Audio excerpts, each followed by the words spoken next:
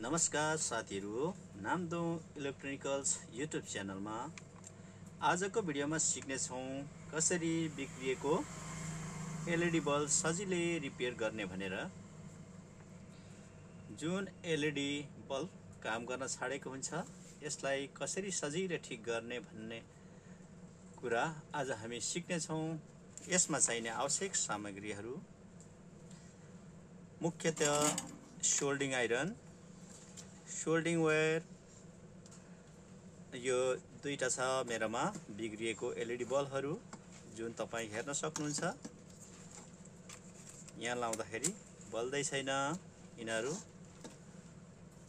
यो बल्बहरूलाई अब कसरी बनाउने भन्ने बारेमा तपाईलाई म सिकाउन गइरहेछु र तपाईले पनि घरमै बसेर यदि वारेन्टी पिरियड सकिएको छ भने त्यस्ता बल्बहरूलाई तपाई सजिलैसँग रिपेयर गरेर फेरि पुनः चलाउन सक्नुहुन्छ र तपाईको खर्चमा बचत गर्न सक्नुहुन्छ। यसमा पहिले हामीले ध्यान दिनुपर्ने कुरा के हुन्छ भने यो एलईडी बल्बमा ग्लु लागेको हुन्छ र यसलाई खोल्नको सावधानीपूर्वकले तपाईले यसको घेराहरूमा ब्लेडले बिस्तारो काटेर निकाल्न सक्नुहुन्छ, अथवा यसलाई कोही चाहिँ अलिक कम्ती ग्लु छ भने चाहिँ हातकै सहाराले पनि निकाल्न सक्छ। त्यसरी मैले यसलाई पहिले निकालेको छु र अहिले तपाईलाई पनि देखाउँछु। यसरी निकाल्न सक्नुहुन्छ। यसभित्र हामीले देख्न सक्छौं यसको एलईडीहरू। यसमा एलईडीमा के छ भने सबै पोइन्ट त राम्रो छ, तर एउटा एलईडीमा चाहिँ तपाईले देख्न सक्नुहुन्छ कालो एलईडी कालो भएको छ। यसको कारणले गर्दाखेरि हाम्रो अन्य एलईडीहरू पनि कनेक्सन करेन्ट नगएको हुनाले यो चाहिँ यसले काम गरिरहेको छैन। यसलाई हामीले गर्नको लागि एउटा हामीले तारको टुक्रा लिनुपर्ने हुन्छ, जुनमा यसमा इन्सुलेट वाला तारको टुक्रा टुप्पामा छिलेको हुनुपर्छ। अब तपाईलाई कसरी चेक गर्ने भनेर म यहाँ भन्न गइरहेछु। जुन अब यो हामीले पोइन्टले सबैमा गर्दै जाने हो। यहाँ मैले अन गरिरहेको छु र यसको टुप्पामा हामीले यो तारको सहायताले टच गराउने हो। यसरी टच गराउने सही छैन। अब हामीले अन्य त ठिकै छ। अब यसलाई हामीले सर्ट गर्दाखेरि कस्तो हुन्छ यहाँ हेर्नुहोस्, यो हाम्रो जलो, किनकि हाम्रो फल्ट यही यसमा थियो र ठीक भयो। अब यसलाई हामीले फेरि के गर्नुपर्छ भने यो बिग्रिएको बल्बलाई हामीले उक्काएर फ्याल्दिनुपर्छ। एउटा पेचकसको सहायताले, सानो पेचकसको सहायताले तपाईं यसलाई यो देखेको तपाईलाई देखाएको छु, यसलाई कोट्याएर फ्याल्दिनुपर्छ सावधानीपूर्वकले। मैले फ्यालिदिएँ। अब यति गरिसकेपछि तपाईले के गर्नुपर्छ भने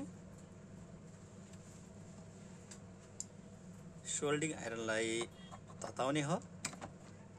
मैले यो सोल्डिङ आइरन तताइरहेछु,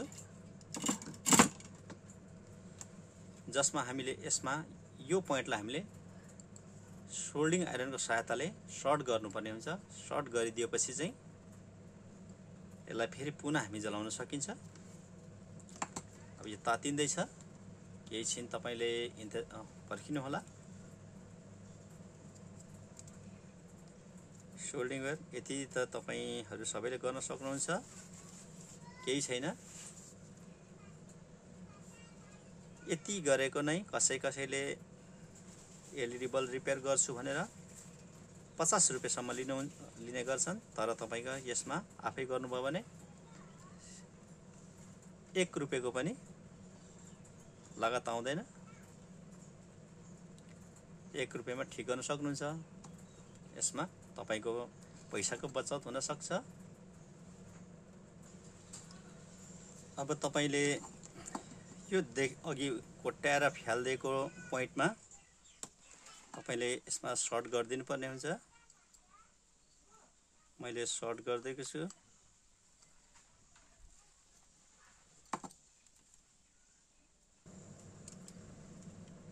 यसलाई हामीले सोल्ड गरिसकेका छौं। अब यो हाम्रो बल्ब ले काम गर्यो गरेन हामी चेक गर्ने छौं। यहाँ हामीले सोल्ड गरेको भाग यो भयो, यहाँ देख्न सक्नुहुन्छ। अब चेक गरौँ। अब यी हाम्रो के हो, यसले हामीले दोबारा काम गर्यो। फेरि हामीले यसलाई सावधानीपूर्वक लगाइदिनै पर्छ यसरी, र यसलाई फेरि तपाईले चिप्काएर यसलाई दोबारा काममा ल्याउन सक्नुहुन्छ। यहाँ हेर्नुहोस्, यो बलले काम गर्यो, तर के हो पहिलाको भन्दा अलिकति उज्यालो कम्ती हुन्छ, किनकि एउटा यसको एलइडी हामीले निकालेर फ्युज भएकोले गर्दा त्यसलाई हामीले निकालेर फ्याल्दिएको थियौं। अब यसै गरी अर्को एलइडीलाई पनि हामीले कसरी चेक गर्ने भनेर अघि सिकिसक्नु भएको छ। यसलाई हामीले फेरि यी लगाउने हो। यहाँ हल्का हल्का सबै ब्लिङ्किङ भइरहेछ, तर हामीले जुन पोइन्ट हाम्रो शङ्का लागेको पोइन्टलाई हामीले टच गर्ने हो। टच गर्ने बित्तिकै यसरी हाम्रो जल्छ। हेर्नुहोस्, यसलाई फेरि हामीले पहिला बनाएको बल्ला जस्तैलाई हामीले यो भागलाई उक्काएर फ्याल्दिने हो, र अब यस ठाउँमा हामीले फेरि सोल्डिङ आइरनको मद्दतले सर्ट गरिदिने हो। यो भागमा हामीले सर्ट गरिदिनु पर्छ।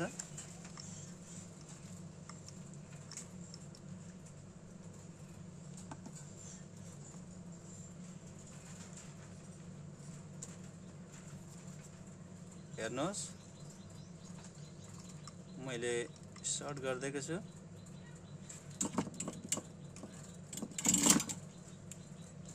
यहाँ लगाएपछि यो पनि तयारी भयो। तपाईलाई कस्तो लाग्यो यो भिडियो? यदि मन परे खण्डमा लाइक गर्न नबिर्सिनु होला, र यस्तै भिडियोहरू तपाईहरुले हेर्न चाहनुहुन्छ भने मेरो यो युट्युब च्यानल नामदोङ इलेक्ट्रिकल्सलाई सब्स्क्राइब गर्न नभुल्नु होला। र ज्ञान भन्ने कुरा सबैसँग बाँड्नुपर्छ, त्यसैले आफूलाई राम्रो लागेको शेयर गर्न पनि नभुल्नु होला। धन्यवाद। फेरि भेटौँला अर्को भिडियोमा। नमस्कार साथीहरू, बाई।